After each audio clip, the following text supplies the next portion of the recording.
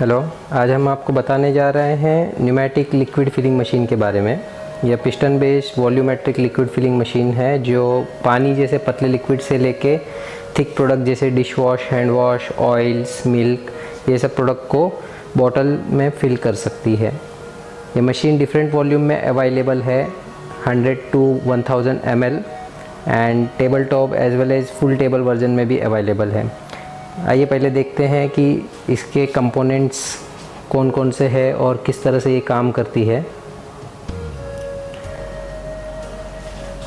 ये जो है मशीन का नोज़ल है जहाँ से बॉटल में लिक्विड डिस्पेंस होता है, और इसके ऊपर ये न्यूमेटिक सिलेंडर दिया हुआ है जो नोज़ल को शट ऑफ कर देता है। मतलब एवरी फिल के बाद ये नोज़ल को अंदर से बंद कर देता है ताकि ड्रिपिंग ना हो। यहाँ पे ये जो है ये मशीन का वाल्व है जिसको हम NRV वाल्व बोलते हैं, non return valve.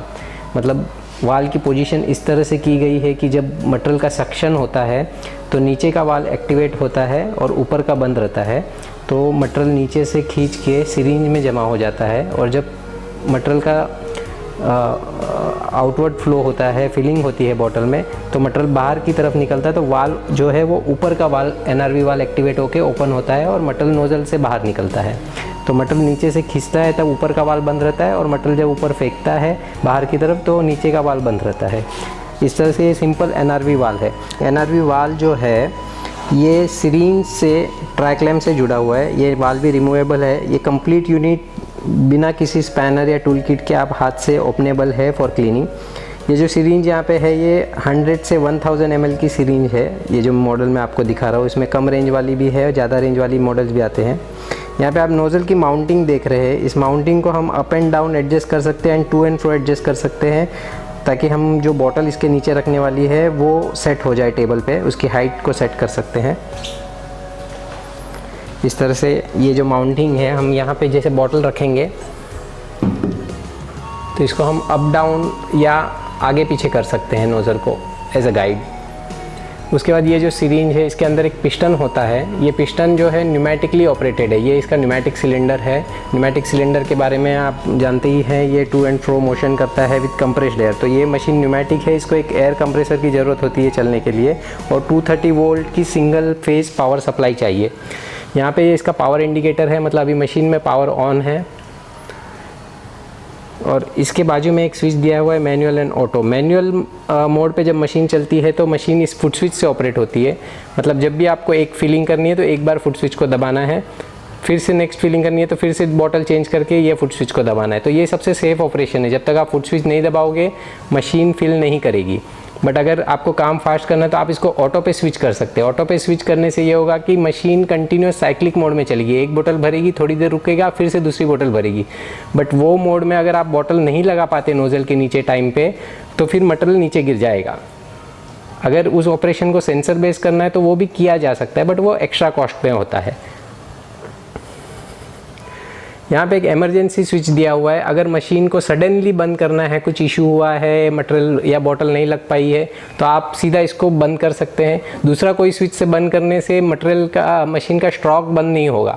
But emergency मारने से मशीन जहाँ है वहाँ की वहाँ जैसे कि तैसे बंद हो जाएगी तुरंत। ये इसका प्रेशर इंडिकेटर है। जो इसमें कंप्रेस एयर की सप्लाई है उसका प्रेशर इंडिकेट हो रहा है। प्रेशर हमेशा 4 to 6 kg के बीच में होना चाहिए। ये नॉब से हम नॉब को इस तरह से उठा के रोटेट करके या क्लॉकवाइज एंटी क्लॉकवाइज हम प्रेशर को कम ज़्यादा कर सकते हैं, और सेट करने के बाद इसको फिर से प्रेस कर सकते हैं। मशीन के बैक साइड पे ये पावर केबल दिया हुआ है 3 पिन का, जो सिंगल फेज 230 वोल्ट पे चलता है, मशीन को पावर देता है। यहाँ पे ये एयर का गेट है जो आप कंप्रेस एयर की सप्लाई को ऑन या ऑफ करता है, मशीन में जाने से रोकता है एयर की सप्लाई को।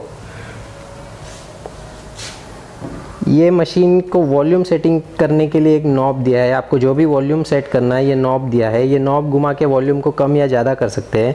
ये नॉब घुमाने से जो ये सेंसर है ये आगे पीछे होता है, तो इस सेंसर की पोजीशन से वॉल्यूम डिसाइड होता है मशीन में कि कितना ml भरेगा। मतलब अगर ये पिस्टन पूरा यहाँ से यहाँ तक मूवमेंट होगा तो 1000 ml भरेगा, बट ये आधा मूवमेंट होगा तो 500 ml भरेगा। अभी हमने मशीन को 500 ml पे सेट कर रखा है। 500 ml यहाँ पे कुछ विजिबल नहीं है हमको, जैसे एक अंदाज से मुझे आधे पे रखना है ताकि 500 ml आएगा। अगर उसके बाद मैं मेजरिंग कप लेके चेक करूँगा लिक्विड कि कितना ml मिल रहा है। अगर मुझे थोड़ा कम मिल रहा है तो थोड़ा सा सेंसर को आगे बढ़ाना है, अगर थोड़ा ज़्यादा मिल रहा है तो थोड़ा सा कम करना है। इस तरह से पहली बार जब आप ट्रायल एरर करके 500 ml अचीव कर लोगे तो यहाँ पर आपको एक रीडिंग मिल जाएगी इस टैकोमीटर में। तो वो रीडिंग आप नोट कर लीजिए कि मेरे ये प्रोडक्ट के लिए 500 ml भरने के लिए मशीन को इस रीडिंग पे सेट करना है। सो 500 ml के लिए आपको एक रीडिंग मिल गई, वैसे ही आपको 300 ml के लिए मिल जाएगी, वैसे ही 1000 ml के लिए मिल जाएगी। तो एक बार रीडिंग हो गई तो फिर नेक्स्ट टाइम सेट करना इज़ वेरी इजी, जस्ट आपको ये रीडिंग मैच करा देनी है बस। आइए देखते हैं इस मशीन को ऑपरेट कैसा करते हैं। पहले हम इसको फुट स्विच पे ऑपरेट करेंगे। प्रेस करो।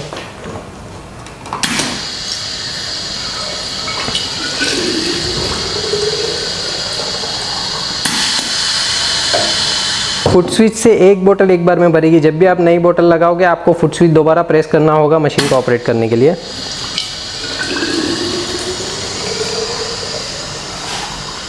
आपको मैं ऑटो मोड के बारे में भी बताऊंगा। फिलहाल आप देख सकते हैं दोनों बोतल में इसकी एक्यूरेसी देख सकते हैं। आप भले कितनी भी बोतलें भरिए, इसमें फिलिंग जो है एकदम एक्यूरेटली होती है। और फिलिंग के बाद आपको एक भी ड्रिपिंग नहीं दिखेगी, मतलब जो नोज़ल से इन बिटवीन ड्रिपिंग होती है वो नहीं होगी, बिकॉज नोज़ल अंदर से शट ऑफ हो जाता है। ओके, आप देख सकते हैं ये मशीन जो है आपके ड्रम से या जो भी आपका कंटेनर है वहाँ से डायरेक्ट लिक्विड को सक कर सकता है। तो आपको लिक्विड उठा के कहीं डालना नहीं है।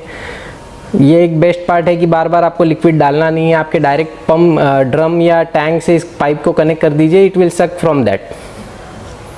अब हम ऑटो मोड पे देखेंगे 3 बॉटल्स भर के।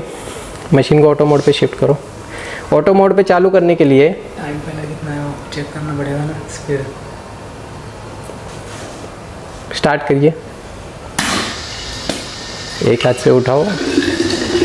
इसमें आपको थोड़ा सा अलर्ट रहना पड़ेगा। जैसे ही एक बोतल भरती है उठाते ही आपको दूसरी बोतल रखनी है। अगर आप ऐसा नहीं कर पाते टाइम में तो मटेरियल नीचे गिर जाएगा। तो वो स्पीड आपको सेट कर सकते हैं, वो स्पीड के बारे में हम आगे आपको बताएंगे। और जब आपकी लास्ट बोतल है इसके बाद आपको फिलिंग नहीं करनी है, तो जैसे ही वो फिलिंग कंप्लीट होती है आपको ऑटो मोड बंद करना है या फिर इमरजेंसी मार देना है मशीन में, जो मशीन को पूरी तरह से स्टॉप कर देगा।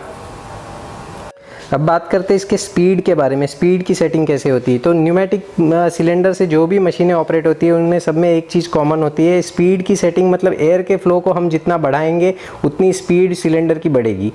ये जो फ्लो का नॉब है ये सिलेंडर के फॉरवर्ड मूवमेंट का नॉब है। अगर मैं इसको ओपन करता हूँ एंटी क्लॉकवाइज करके, मतलब एक तरह से बोल्ट को ओपन करता हूँ, तो एयर का फ्लो बढ़ेगा, तो पिस्टन का फॉरवर्ड मूवमेंट का स्पीड बढ़ेगा, मतलब वो बहुत तेज़ी से आगे जाएगा तो फिलिंग फास्ट होगी। सेम सिमिलर वे ये बैकवर्ड मूवमेंट के लिए है। अगर मैं इसको फास्ट करता हूँ तो बैकवर्ड मूवमेंट का फ्लो बढ़ेगा। तो आपकी जो एक साइकिल होती है वो ये होती है कि यहाँ से ये जो होम सेंसर है यहाँ से पिस्टन चलना स्टार्ट करता है और वॉल्यूम सेंसर तक चलता है और फिर रिटर्न आता है। तो ये एक साइकिल कंप्लीट होती है। तो जब भी हम फुट स्विच प्रेस करते हैं पिस्टन यहाँ से यहाँ मूव करता है और यहाँ से वापस रिटर्न आके रुक जाता है। फिर से हमको फुट स्विच प्रेस करेंगे तो फिर से वही ऑपरेशन रिपीट होगा। बट साइक्लिक मोड में क्या होता है, यहाँ से वॉल्यूम सेंसर तक जाता है, रिटर्न आता है, रिटर्न आता ही फिर से वहाँ जाता है, वो रुकेगा नहीं वहाँ पे। तो साइक्लिक मोड में जो हमको बॉटल चेंज करने के लिए टाइमिंग मिल रहा है वो यही टाइमिंग मिल रहा है कि जब फिलिंग कंप्लीट हो गई और सिलेंडर बैकवर्ड मूव करना चालू हुआ तो यहाँ से यहाँ आने में उसको जो टाइम लग रहा है वो आपका टाइम है बोतल को, भरी हुई बोतल को निकाल के खाली बोतल लगाने के लिए। तो अगर आप उस टाइम को बढ़ाना चाहते हैं तो बैकवर्ड मूवमेंट की स्पीड को आपको कम कर देना है ताकि ये टाइम आपको ज़्यादा मिले और आप आराम से बोतल निकाल के नई बोतल लगा सके। इसकी बॉडी पूरी 3 mm की स्टेनलेस स्टील SS 304 में हैवी ड्यूटी बॉडी है। आप देख सकते हैं मशीन की फिनिशिंग और बॉडी एकदम कमाल की है। इसके अलावा अगर आपको इसमें कुछ भी डाउट है तो आप नीचे कमेंट कीजिए या प्लीज़ व्हाट्सअप कीजिए। अब देखते हैं इसको क्लीन कैसे किया जाता है। जब लास्ट में आपकी फिलिंग हो गई फिर भी आपका अगर मटेरियल बचा है, पाइप में मटेरियल बचा है, तो कैसे इसको मटेरियल को बाहर निकालना है, किस तरह से इसको क्लीन करना है। पहले नोज़ल के नीचे आप एक बर्तन लगा दीजिए, जैसे छोटी कोई बाल्टी हो या जो भी हो, और उसके बाद आप इस वाल को, मतलब ये नॉर्मली नीचे की पोजीशन पे होता है, नोज़ल का पाइप ऊपर होता है, जैसे आपको मैंने अभी पहले वीडियो में बताया। इस वाल को आप घुमा लीजिए और इसको टॉप पोजीशन पे कर दीजिए। थोड़ा सा चाहिए तो आप ये क्लैम्प को लूज़ कर सकते हैं अगर नहीं घूम रहा है तो, और उसके बाद वापस से टाइट कर सकते हैं। उसके बाद आप जो बाल्टी में पाइप है उसको हाथ से लगा के उस पाइप को उठा लीजिए आराम से। हाँ, ये उठा के आप ऊपर कर लीजिए तो जो भी पाइप में मटेरियल बचा हुआ है वो मशीन में चला जाएगा, सक कर लेगा और वो नोज़ल से बाहर आ जाएगा। जब आपने बर्तन लगा दिया है तो आप मशीन को ऑटो मोड पे स्टार्ट कर दीजिए, तो ऑटोमेटिकली मशीन ऑपरेट करके पूरा मटेरियल जो पाइप में भरा है वो सक करके बाहर निकाल देगा कुछ ही स्टॉक में। आप देख सकते हैं मटेरियल पाइप बड़े पाइप से खाली हो रहा है और नोज़ल से बाहर आते जा रहा है।